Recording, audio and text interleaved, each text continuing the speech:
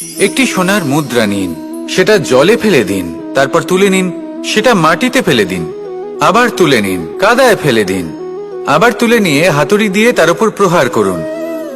তারপরেও সেই সোনার মুদ্রার মূল্য সেটাই থাকে যা আগে ছিল, তাই না?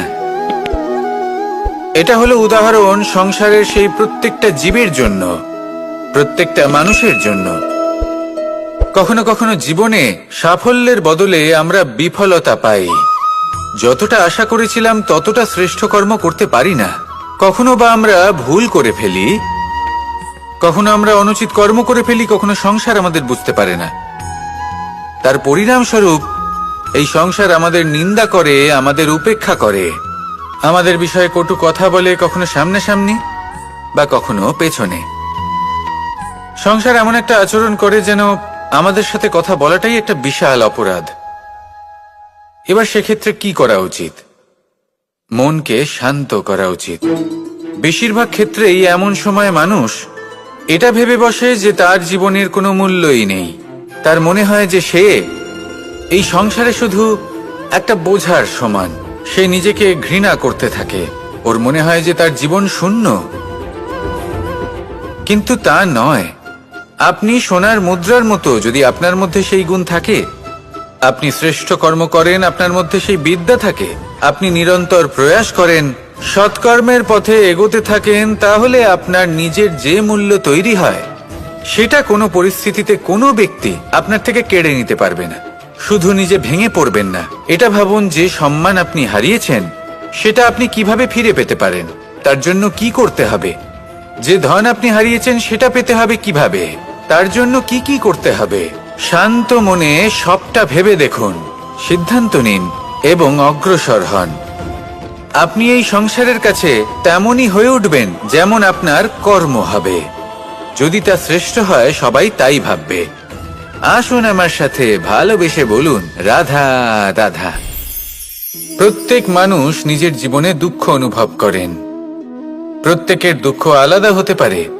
কারোর মনে এই দুঃখ থাকে যে সে তার বাবা মায়ের সব ইচ্ছে পূরণ করতে পারেননি। কেউ এটা ভেবে দুঃখ পান যে সে চিরকাল সদাচার করেছেন, সৎকর্ম করেছেন, কিন্তু তাও তাকে দুরাচারী বলে মনে করা হয়। কেউ এটা ভেবেও দুঃখ পান যে তার সামনে যে ব্যক্তি রয়েছেন তার চোখে তিনি শত্রু হয়ে উঠেছেন বা দুষ্ট হয়ে উঠেছেন, যেখানে তিনি হয়তো কোনো অনুচিত কাজই করেননি। এবার এই সমস্ত বিষয় নিয়ে ভেবে নিজের ব্যক্তিত্ব নিয়ে সন্দেহ প্রকাশ করবেন না। যদি নিজের ব্যক্তিত্ব নিয়ে কোনো সন্দেহ থেকে থাকে, তাহলে কর্ম সংক্রান্ত প্রশ্ন করুন যে আপনি যা করেছেন তাতে কি উচিত ছিল, কি অনুচিত ছিল। যেটা প্রয়োজন সেটা এটা বোঝার যে আপনার অন্তর্মন, আপনার বিবেক আপনাকে কি বলছে, আর আপনার অন্তর্মন আর আপনার বিবেক আপনাকে যেটা করতে বলবে শুধু সেটাই করুন। আর তারপরে এই সংসার কি বলবে, কি ভাববে সেসব নিয়ে ভাবতে যাবেন না। কারণ এই সংসার তো ঈশ্বরকেও প্রশ্ন করে থাকে, ঈশ্বরকেও দোষী মনে করে। কখনো কখনো যখন কোনো ঘটনা মানুষের ইচ্ছা অনুযায়ী ঘটে না, তখন মানুষ এটা বলে যে হে ঈশ্বর, আপনি আমার পাশে থাকলেন না, আপনি বড়ই কঠোর, এটা আপনার দোষ। যেখানে বেশিরভাগ সময় হয়তো সে নিজেই নিজের কর্মফল ভোগ করছে। আর কখনো কখনো ঈশ্বর হয়তো তার জন্য আরো ভালো কোনো পরিকল্পনা করে রেখেছেন, কিন্তু মানুষ সেটা বুঝতে পারে না। তাই দিনের শেষে যেটা প্রয়োজন সেটা হলো নিজের মনের কথা বুঝতে হবে। আপনার বিবেক কি বলছে শুধু সেটাই করুন আর সামনে এগোতে থাকুন। আমার সাথে ভালোবেসে বলুন, রাধা রাধা। সবাই বলেন যে জীবনে কাদের সঙ্গ লাভ করছি সেটা খুব গুরুত্বপূর্ণ। এক ঝুড়ি ফলের মধ্যে যদি একটা পচা ফল আপনি রেখে দেন, তাহলে আস্তে আস্তে সমস্ত ফল পচে যায়। সেই জন্য কথায় আছে যে কুসঙ্গ থেকে দূরে থাকো। কিন্তু কি করা যায়? এই সংসার খুবই ছোট। যেখানে আমরা কাজ করি, যেখানে আমরা থাকি, যে পথে আমরা আসা যাওয়া করে থাকি, যে পথে আমরা ভ্রমণ করি, সেখানে এমন অনেক সংখ্যক ব্যক্তি থাকেন যাকে দেখে আমরা মনে করি যে এদের থেকে দূরে থাকতে হবে। তখন আমরা কি করতে পারি? তাদের কি আমরা পরিত্যাগ করব? তাহলে এই সংসারে এমন অনেক মানুষ আছেন, তাহলে কি সংসারই পরিত্যাগ করব? না, সেই ফলের মতন হবেন না যারা একটি পচা ফলের উপস্থিতির জন্য নিজেরাও নষ্ট হয়ে যান। বরং হয়ে উঠুন চন্দন বৃক্ষের মতন, যেটা আসলে সাপেদের বাসস্থান, যেখানে অনেক সংখ্যক অত্যন্ত ভয়ানক বিষধর সাপ থাকে। তারপরেও এই চন্দন, সে কিন্তু নিজের শ্রেষ্ঠত্ব হারায় না, এর মূল্য কিন্তু সেই একই থাকে। মনে রাখবেন, এই সংসারে নিজের সঙ্গ বদলানোর পূর্বে নিজেকে বদলান। নিজেকে কিছুটা এমন ভাবে গড়ে তুলুন যে কেউ আসুক না কেন সে যেন আপনাকে বিভ্রান্ত বা দূষিত না করতে পারে। আসুন আমার সাথে ভালোবেসে বলুন, রাধা রাধা।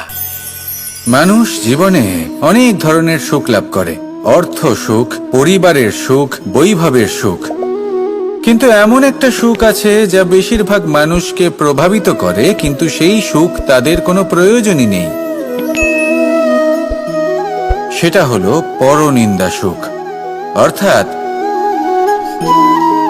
এমন কোনো ব্যক্তিকে নিয়ে নিন্দা করা, তার প্রতি অনুচিত শব্দ প্রয়োগ করা, কারণ সেই ব্যক্তিকে আপনি পছন্দ করেন না। আর এমন অনেক মানুষ আছেন যারা এই কাজ করে খুব আনন্দ লাভ করেন, যেটা করা উচিত নয়। কারণ এতে আপনার সময়, আপনার ঊর্জা, আপনার নিজের অন্তরের ইতিবাচক শক্তি আপনি নষ্ট করে ফেলছেন। আর এই সব কিছুই আপনার প্রয়োজন আছে। যাদেরকে আপনার পছন্দ নয় সেই ব্যক্তির বিষয়ে কথাই বলবেন না। সেই সব ব্যক্তির দিকে মনোনিবেশ করুন যাদের আপনি ভালোবাসেন। সেই সব কাজে মন দিন যেগুলো আপনার ভালো লাগে। সেই বস্তুর দিকে নজর দিন যেগুলো আপনার প্রিয়, নিজের লক্ষ্যের দিকে, এই সব কিছুর দিকে নয়। এমনটা করলে আপনার জীবনে আপনি সেই সব বস্তুর দিকে নজর দিতে পারবেন যারা প্রকৃত অর্থে আপনার জীবন আরো শ্রেষ্ঠ করে তোলে। এমনটাই করুন, জীবন আরো অনেক বেশি সুন্দর হয়ে উঠবে। আর তখন এই মন প্রসন্ন হয়ে বলবে, রাধা রাধা। আজ আমরা আবার সাফল্য আর অসফলতার বিষয়ে কথা বলবো। সফল ব্যক্তি কে হয় এবং অসফল ব্যক্তি কে হয়, এই বিষয়ে আমরা আগে অনেকবার কথা বলেছি। প্রত্যেক ব্যক্তি সাফল্য লাভ করতে চান, কিন্তু প্রত্যেক ব্যক্তি সাফল্য লাভের এই কাজে সফল হতে পারেন না। এবার এটা কেন হয়, এর পেছনে কারণটা কি? কারণ হলো ভয়। সফল ব্যক্তি হলেন তিনি যিনি নিজের সিদ্ধান্ত দ্বারা এই সমস্ত সংসারকে বদলে দিয়ে থাকেন, এবং অসফল ব্যক্তি হলেন তিনি যিনি এই সংসারকে দেখে এর বিষয়ে ভেবে নিজের সিদ্ধান্ত বদলে ফেলেন। প্রয়োজন হলো নিজের লক্ষ্যের বিষয়ে ভেবে দেখার, পথের বিষয়ে ভেবে দেখার। একবার যদি আপনি পথ নির্বাচন করে থাকেন, সেই পথে অগ্রসর হতে থাকুন আর তাতে অটল থাকুন। সবসময় দৃঢ় প্রতিজ্ঞ হন। আপনি যদি কোনো পথে টিকে থাকেন আর নিরন্তর পরিশ্রম করতে থাকেন, তবেই আপনার জীবনে সাফল্য আসবে। যদি কথায় কথায় লোকে কি ভাববে, লোকে কি বলবে, একথা ভেবে নিজের সিদ্ধান্ত পাল্টান, তাহলে কখনো নিজের লক্ষ্যে পৌঁছতে পারবেন না। আসুন আমার সাথে ভালোবেসে বলুন, রাধা রাধা। মানুষের 6টি বড় শত্রু রয়েছে, আর এরা অন্য কোথাও নয়, বরং মানুষের অন্তরেই বাস করে। এই 6টি শত্রু হল কাম, ক্রোধ, মোহ, লোভ, ঈর্ষা আর অহংকার। কিন্তু এরা কি চিরকাল আপনার শত্রু হিসেবেই থেকে যায়? এদেরকে নিজের বন্ধু করে তোলা কি সম্ভব নয়? ভেবে দেখুন না। এবার যদি কথা বলি কাম নিয়ে, অর্থাৎ কামনা করা, তাহলে মানুষ যদি জীবনে কামনা করতে থাকে তাহলে সন্তোষের অনুভূতি লাভ করতে পারে না। কিন্তু এই কামনাই মানুষের বন্ধু হয়ে উঠতে পারে। কিভাবে? ধরুন, যদি মানুষ ভাবে আমি আরো অনেক বেশি শ্রেষ্ঠ ব্যক্তি হয়ে উঠতে চাই, আর তার জন্য কর্ম করে, পরিশ্রম করে, তাহলে ভবিষ্যতে গিয়ে শ্রেষ্ঠ ব্যক্তি হয়ে উঠতে পারে। কামনার কারণে, অর্থাৎ এই কামনাই ওর বন্ধু হয়ে ওঠে। কিন্তু ধরুন কোনো মানুষ যদি চায় সে শ্রেষ্ঠ ব্যক্তি হয়ে উঠবে, কিন্তু তার জন্য না কোনো কর্ম করছেন আর না কোনো পরিশ্রম করছেন, আর অধর্মের পথে চলতে শুরু করে দেন, তাহলে এই কামনাই তার শত্রু হয়ে উঠতে পারে। এবার যদি এই কামনাকে নিজের বন্ধু করে তুলতে হয়, তাহলে নিজের নির্বাচনে বিচক্ষণ হতে হবে, নিজের মস্তিষ্কের ওপর নিয়ন্ত্রণ রাখতে শিখতে হবে। সেটাই করুন আর আমার সাথে ভালোবেসে বলুন, রাধা রাধা। আজ আমরা মানুষের আরো একটি শত্রুর বিষয়ে কথা বলবো, যার নাম হলো লোভ। যে কোনো বস্তুকে অত্যাধিক লাভ করার যে বাসনা, যতটা লাভ করেছি ততটা যথেষ্ট নয়, আমার আরো চাই, আরো চাই, একেই বলে লোভ। এবার এই লোভ আপনার জীবনে শুভ না অশুভ, আপনার মিত্র নাকি আপনার শত্রু, সেটাও নির্ভর করছে আপনার ওপর। যেমন ধরুন কোনো ব্যক্তির অসম্ভব ধনের লোভ, সে সেটা অর্জন করছে আর সেটা সংগ্রহ করছে, আর সেটা লাভ করার জন্য সে অনৈতিক কাজ করছে। যদি এই সব হতে থাকে, তাহলে লোভ কিন্তু আপনার পক্ষে অত্যন্ত ক্ষতিকারক। কিন্তু যদি সেই ব্যক্তি ধরুন ধন অর্জন করছেন, তার সাথে নীতিও পালন করছেন, আর সংগ্রহ করার পরে সেটা সংসারে ছড়িয়ে দিচ্ছেন, যদি এমনটা হয়, তাহলে এই লোভ আপনার বন্ধু হয়ে উঠতে পারে। যদি আপনার সৎসঙ্গ লাভ করার, সৎকর্ম করার লোভ থাকে, তাহলে আপনি কখনো একা থাকবেন না। যদি ভালোবাসা প্রদান করার লোভ থাকে, এই সংসারকে সাহায্য করার লোভ থাকে, তাহলে এই লোভ যা সংসারের শত্রু, সেটা কিন্তু আপনার সাথে পরমাত্মার মিলন ঘটাতে পারে। এবার এই লোভকে নিজের মিত্র করে তুলবেন নাকি শত্রু করে তুলবেন, সেই সিদ্ধান্ত আপনারই। আসুন আমার সাথে ভালোবেসে বলুন, রাধা রাধা। কখনো এই প্রকৃতির দিকে তাকিয়ে থাকবেন। এই প্রকৃতি অনেক ধরনের শিক্ষা দেয়। কোন একটা গাছকে দেখুন, কিভাবে সে মাটি থেকে জল শুষে নেয়। সে ঝড় হোক বা হোক কড়া রোদ, সব সহ্য করে এবং অবশেষে সে ফল ধারণ করে। আর সেই ফল উৎপন্ন করার পরে সে ফল কিন্তু সে নিজে গ্রহণ করে না, এই সংসারকে প্রদান করে, যাতে পশু পাখি মানুষ তারা এই ফল গ্রহণ করে শক্তিশালী হয়ে উঠতে পারে, সুস্থ থাকতে পারে। সেভাবেই নদী, সরোবর এরা নিজেরাও কিন্তু নিজেদের জল গ্রহণ করে না, মাটিকে প্রদান করে, পশু পাখিকে প্রদান করে। সূর্য নিজেও নিজের জন্য প্রজ্বলিত হয় না,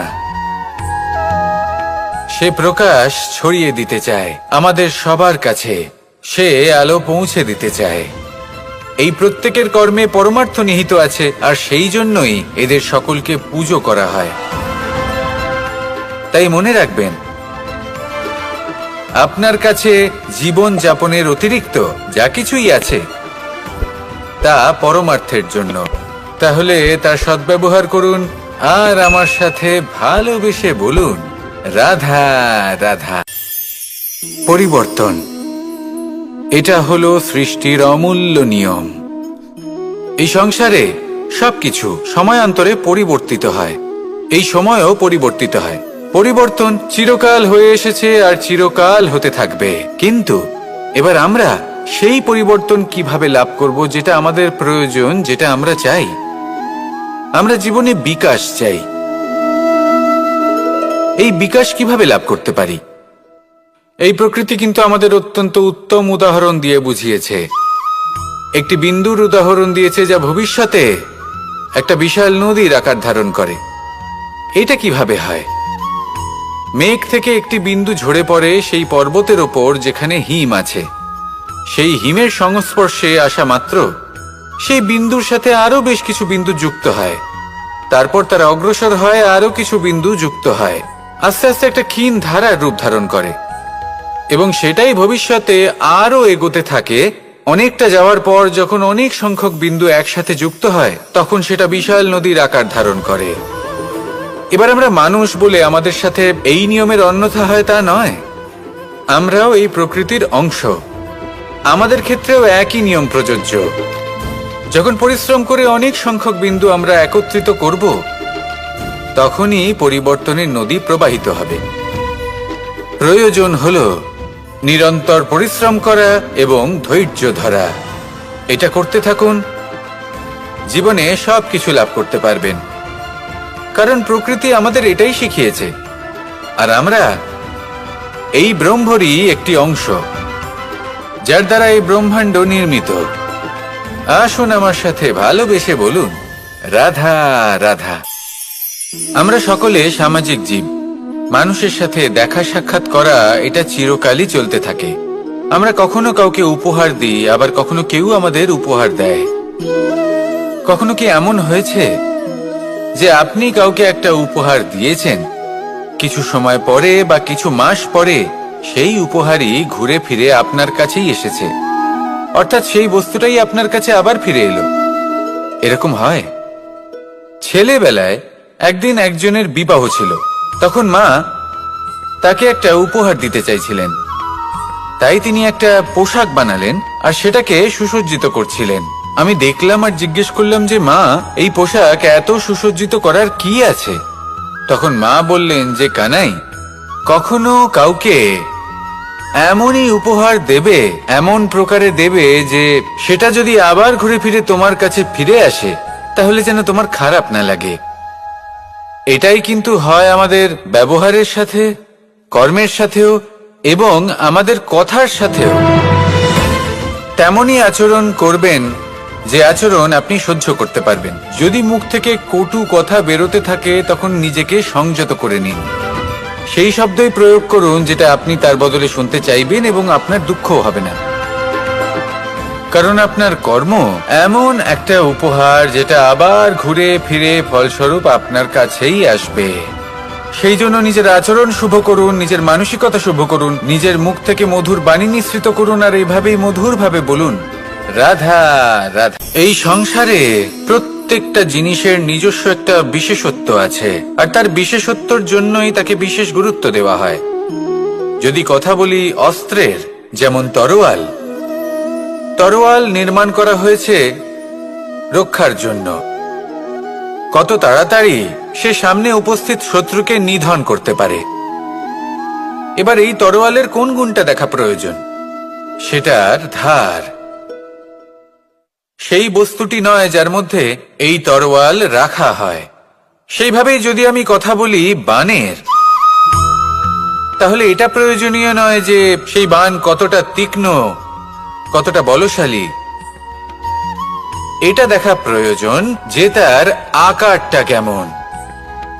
সে কি বাতাস ভেদ করে নিজের লক্ষ্যে পৌঁছতে পারবে? সেটা বেশি গুরুত্বপূর্ণ। সেই জায়গাটা নয় যেখানে সেই বাণ রাখা হয়। ঠিক সেইভাবে যদি আপনি কোনো মানুষেরই মূল্য বুঝতে চান, তাকে পরখ করে দেখতে চান, তাহলে তার জাতি, তার ধর্ম, তার রূপ, তার আকার, সেগুলো দেখে তাকে পরখ করতে চেষ্টা করবেন না। তাকে পরখ এই সব কিছুর ভিত্তিতে করবেন না। তার স্বভাবটা দেখুন, তার গুণ দেখুন, তার প্রতিভা দেখুন, তার কর্ম দেখুন। কারণ এটাই সেই ব্যক্তির আসল পরিচয়, এটাই হলো তার অস্তিত্ব।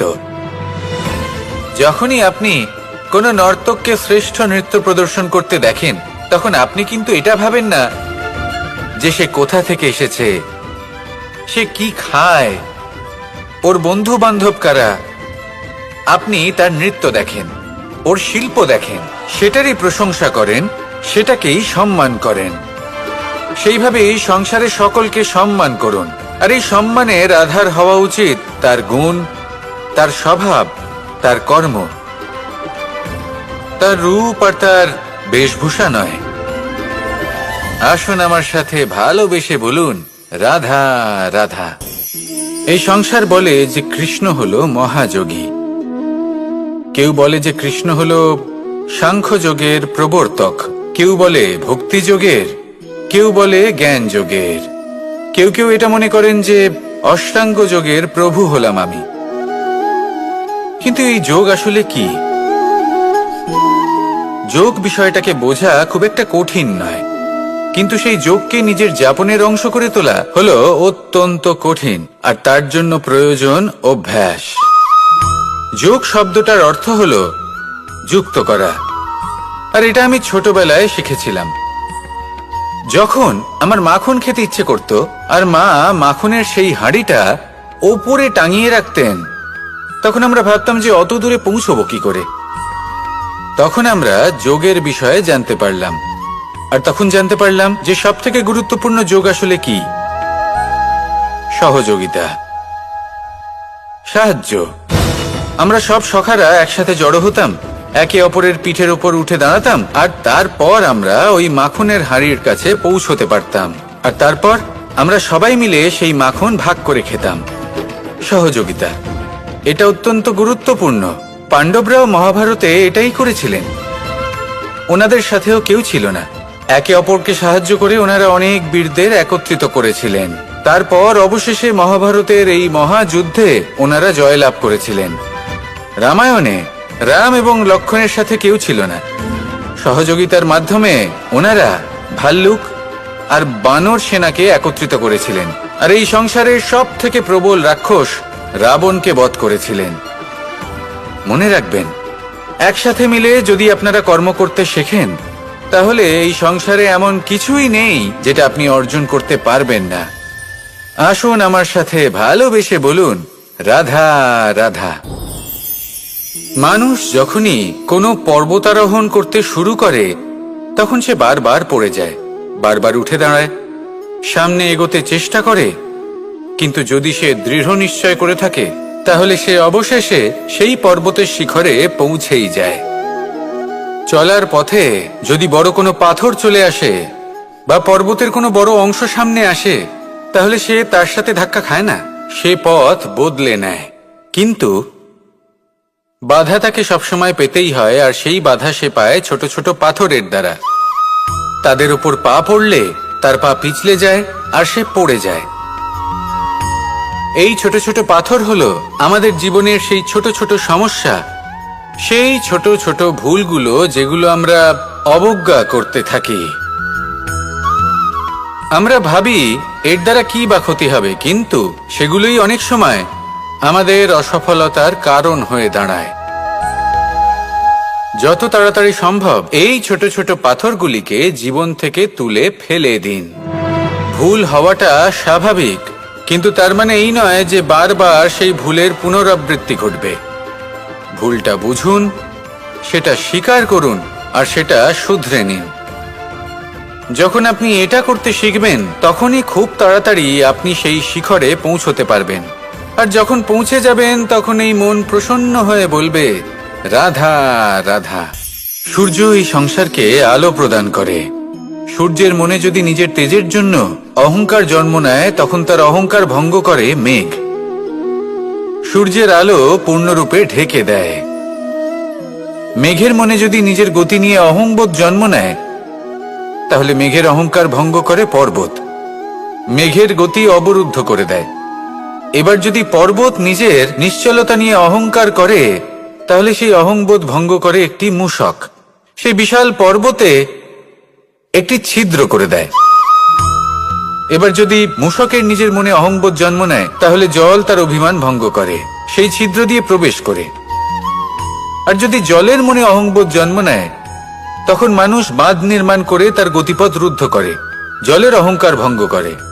আর যদি মানুষের মনে অহংকার জন্ম নেয়, তখন সূর্য নিজের তাপ দ্বারা মানুষের অহংকার ভঙ্গ করে। এই সংসারে অহংকার প্রদর্শন করার কোনো প্রয়োজন নেই। আমাদের সবার মধ্যেই কিছু বিশেষ গুণ আছে, আর সবার মধ্যে কোনো না কোনো দোষও আছে। এই প্রকৃতি আমাদের কি শিক্ষা দেয়? কেউ একে অপরের সাথে লড়াই করে না, একে অপরের জন্য বাধা সৃষ্টি করে না, শুধু নিজের কর্ম করে। সূর্য নিজের প্রকাশ দ্বারা বনস্পতি এবং গাছপালাকে জন্ম দেয়। মেঘ বর্ষা সৃষ্টি করে লুপ্ত হয়ে যায়, আবার নির্মিত হয়।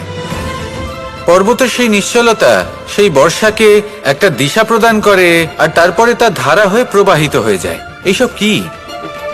এইসব একটা সম্পর্ক, একটা চক্রের মতো।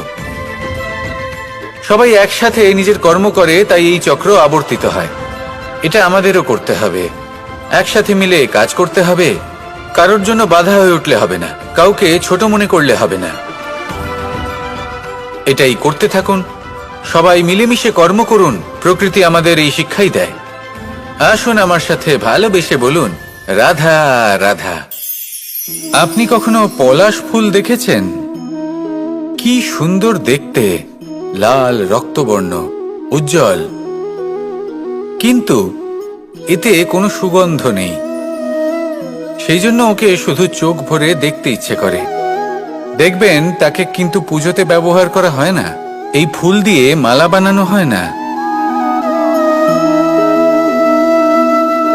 সেরকমই আমাদের জীবনে এমন অনেক ব্যক্তি রয়েছেন যাদেরকে সম্মান অর্জন করতে হয়। যদি আপনি কোনো উচ্চ বংশে জন্ম নিয়ে থাকেন এবং আপনার কাছে সবকিছু থাকে, ধন ঐশ্বর্য থাকে, সবকিছু আপনি আগে থেকেই পেয়ে গেছেন, তাও কিন্তু এই সংসার আপনাকে সম্মান দেবে না। ততক্ষণ পর্যন্ত দেবে না যতক্ষণ না আপনি নিজের অন্তরে গুণ জাগ্রত করছেন, শ্রেষ্ঠ কর্ম করছেন, নিজের অন্তরে ইতিবাচক মনোভাবের এই সুবাস জাগ্রত করছেন। যদি এসব কিছু করেন তাহলেই এই সংসার আপনাকে সম্মান দেবে। এবার এটা আপনার উপরে নির্ভরশীল যে আপনি কি পলাশ ফুলের মতো হতে চান, নাকি অন্য কোনো ফুল হয়ে উঠতে চান যার সুবাস আছে, যে নিজের সুবাস এই সারা পৃথিবীতে ছড়িয়ে দেয়। আসুন আমার সাথে ভালোবেসে বলুন, রাধা রাধা। এই সংসারে একটা শব্দ আছে যার বিষয়ে মানুষ অত্যাধিক চিন্তা ভাবনা করে, আর সেই শব্দ হলো অস্তিত্ব, পরিচয়। প্রত্যেক ব্যক্তি এই সংসারে নিজের অস্তিত্ব করতে চায়, আর ছোট থেকে এটাই হয়। যখন আমরা শ্রেণীকক্ষে যাই, পড়তে যাই, তখন আমরা এটাই ভাবি যে আমরা নিজেদের অস্তিত্ব গড়ব, সুনাম অর্জন করব। সকল ব্যক্তি যাতে এটাই বলে যে এই হলো সর্বশ্রেষ্ঠ ছাত্র, আর এটাই আমাদের পরিচয়। কার্যক্ষেত্রেও আমরা ঠিক এটাই চেষ্টা করি, পরিশ্রম করতে থাকি এবং ভবিষ্যতে গিয়ে আমরা নিজেদের পরিচয় খুঁজে পাই। পরিচয়ের সাথে সাফল্য আসে, আর সাফল্যের সাথে আসে অস্তিত্ব। আর যখন এই দুটি সংযুক্ত হয়, তখন মানুষ অসফলতার কথা ভেবে ভয়ভীত হয়ে পড়ে, আর এটা ভাবতে থাকে যে যদি আমি অসফল হই তাহলে সেই পরিচিতির কি হবে, সেই নামের কি হবে, সেই সবকিছু যে আমি অর্জন করেছি তার কি হবে। সে ভয়ভীত হয়ে পড়ে, আর এই ভয়ের কারণে তার বিকাশ কোথাও না কোথাও অবরুদ্ধ হয়। সে শ্রেষ্ঠ কর্ম করা বন্ধ করে দেয় এবং শুধু এই সুরক্ষিত থাকতে চেষ্টা করে। আর অসফল হলে তাতে ভয় পাওয়ার কোনো প্রয়োজন নেই, কারণ যখন আপনি সফল হন তখন এই সাফল্য আপনার পরিচয় এই সংসারের সাথে করায়। কিন্তু যখন আপনি অসফল হয়ে থাকেন তখন এই অসফলতা এই সংসারের পরিচয় আপনার সাথে করায়, যা অত্যন্ত আবশ্যক। অসফলতা প্রত্যেকের জীবনেই আসবে, তার সম্মুখীন হন আর তার থেকে শিক্ষা লাভ করুন।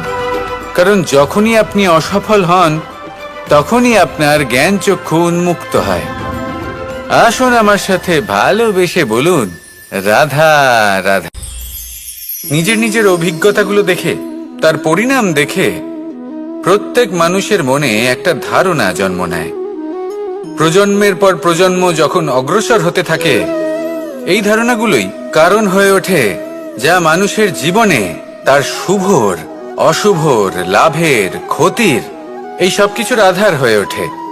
যেমন ধরুন আপনি কোথাও যাচ্ছেন আর পথে বেড়াল রাস্তা পার করে গেল, সেটা অশুভ বলা হয়। কেউ হাঁচলে কাজ থামিয়ে দেওয়া হয়। বলা হয় যখন আপনি কোনো শুভ কাজ করতে যাবেন তখন মিষ্টি খেয়ে যাবেন, কাজ সফল হবে। যদি কোনো ব্যক্তি অনুচিত কথা বলে দেন তার মানে অনুচিত কিছুই ঘটবে, আদি ইত্যাদি এরকম অনেক সংখ্যক ধারণা আছে। কিন্তু সবকিছু যদি এরকমই হতো তাহলে প্রত্যেক মানুষ নিজের কথা দ্বারা নিজের বা অন্য কারোর জীবন স্বর্গতুল্য করে তুলতো, নয়তো নরকে পরিণত করত। কিন্তু এরম কি আদৌ হয়? না। কারণ এই সব ধারণা, এই সব কিছু এর উৎস হলো মানুষের মন, তার মস্তিষ্ক। যখন আমরা কোনো বাক্য বা কোনো ধারণাকে একটু বেশি গুরুত্ব দিয়ে ফেলি, তার উপর একটু বেশি বিশ্বাস করে ফেলি, তখন যেটা হয়, তখন আমাদের এই ইচ্ছে শক্তি তার সঞ্চার হয় সেই বাক্যের মাধ্যমে। আর সেই জন্য সেই বাক্য আস্তে আস্তে ফলপ্রসূ হতে থাকে। এটা হলো মানুষের মনের শক্তি, তার মস্তিষ্কের শক্তি। এটা কখনো ভুলে যাবেন না। এটা প্রয়োগ করুন আর তার সদ্ব্যবহার করুন। একে প্রয়োগ করুন নিজের লক্ষ্যে পৌঁছানোর জন্য, শুভ কর্ম করার জন্য। আসুন আমার সাথে ভালোবেসে বলুন, রাধা রাধা। পাশা নামক এই খেলাটি আপনারা নিশ্চয়ই খেলেছেন। না খেলে থাকলে দেখেছেন, আর যদি দেখেও না থাকেন তাহলে নিশ্চিত রূপে শুনেছেন। মহাভারতের এই মহাযুদ্ধ কোথাও না কোথাও এই পাশা নামক খেলার কারণে হয়েছিল। পাশার এই বিচিত্র খেলা, দান, এইসবের কারণে কেউ নিজের মাথায় রাজ মুকুট পরিধান করেছিলেন, আবার সেখানে পরাজিত হওয়ার জন্য কাউকে বনবাসও ভোগ করতে হয়েছিল। কিন্তু এই খেলা সমাপ্ত হওয়ার পরে সমস্ত ঘুঁটি আর এই পাশার ছক একই পুটলিতে স্থান পেল। এটাই হলো আমাদের জীবন। এই সংসারে আমরা জয় পরাজয়ের বিষয়ে এতটাই ভাবি, এত চিন্তা করি যে এই জীবনের খেলার আনন্দটাই উপভোগ করতে পারি না। আর অবশেষে কি হয়? কেউ জয়ী হন, কেউ পরাজিত হন, কিন্তু দুজনেই একই স্থানে পৌঁছে যান। প্রত্যেক ব্যক্তি মৃত্যুর পরে একটি নির্দিষ্ট স্থানেই পৌঁছতে বাধ্য। কিন্তু ততক্ষণ এই জীবন, এই খেলা, তার আনন্দ উপভোগ করুন। এই সংসারে সেই ব্যক্তি শ্রেষ্ঠ স্থানে পৌঁছতে পেরেছেন যিনি এই সংসারকে প্রকাশ প্রদান করেছেন, যিনি কখনো জয় পরাজয় এ বিষয়ে ভাবেননি, শুধু এই জীবনের খেলার আনন্দ উপভোগ করেছেন। এটাই আপনিও করুন আর আমার সাথে ভালোবেসে বলুন, রাধা রাধা। রামায়ণের একটা অত্যন্ত শ্রেষ্ঠ কাহিনী আছে যেটা খুব অমূল্য শিক্ষা দান করে। দশানন যখন ধরাশায়ী হলেন এবং মৃত্যুশয্যায় শুয়েছিলেন, ওনার শেষ নিঃশ্বাস ত্যাগের সময় শ্রীরাম লক্ষ্মণকে বললেন যে, হে লক্ষ্মণ, রাবণের কাছে যাও, ওখানে যাও, ওনার থেকে কিছু জ্ঞান অর্জন করে এসো। উনি হলেন মহাজ্ঞানী, আর ওনার থেকে জ্ঞান অর্জনের এটাই শ্রেষ্ঠ সুযোগ। লক্ষ্মণ প্রথমে মানতে চাইলেন না, কিন্তু শ্রীরাম বোঝানোর পরে লক্ষ্মণ ওনার কাছে গেলেন, রাবণের মাথার কাছে গেলেন আর বললেন, দাদা বলেছেন আপনার থেকে জ্ঞান অর্জন করতে।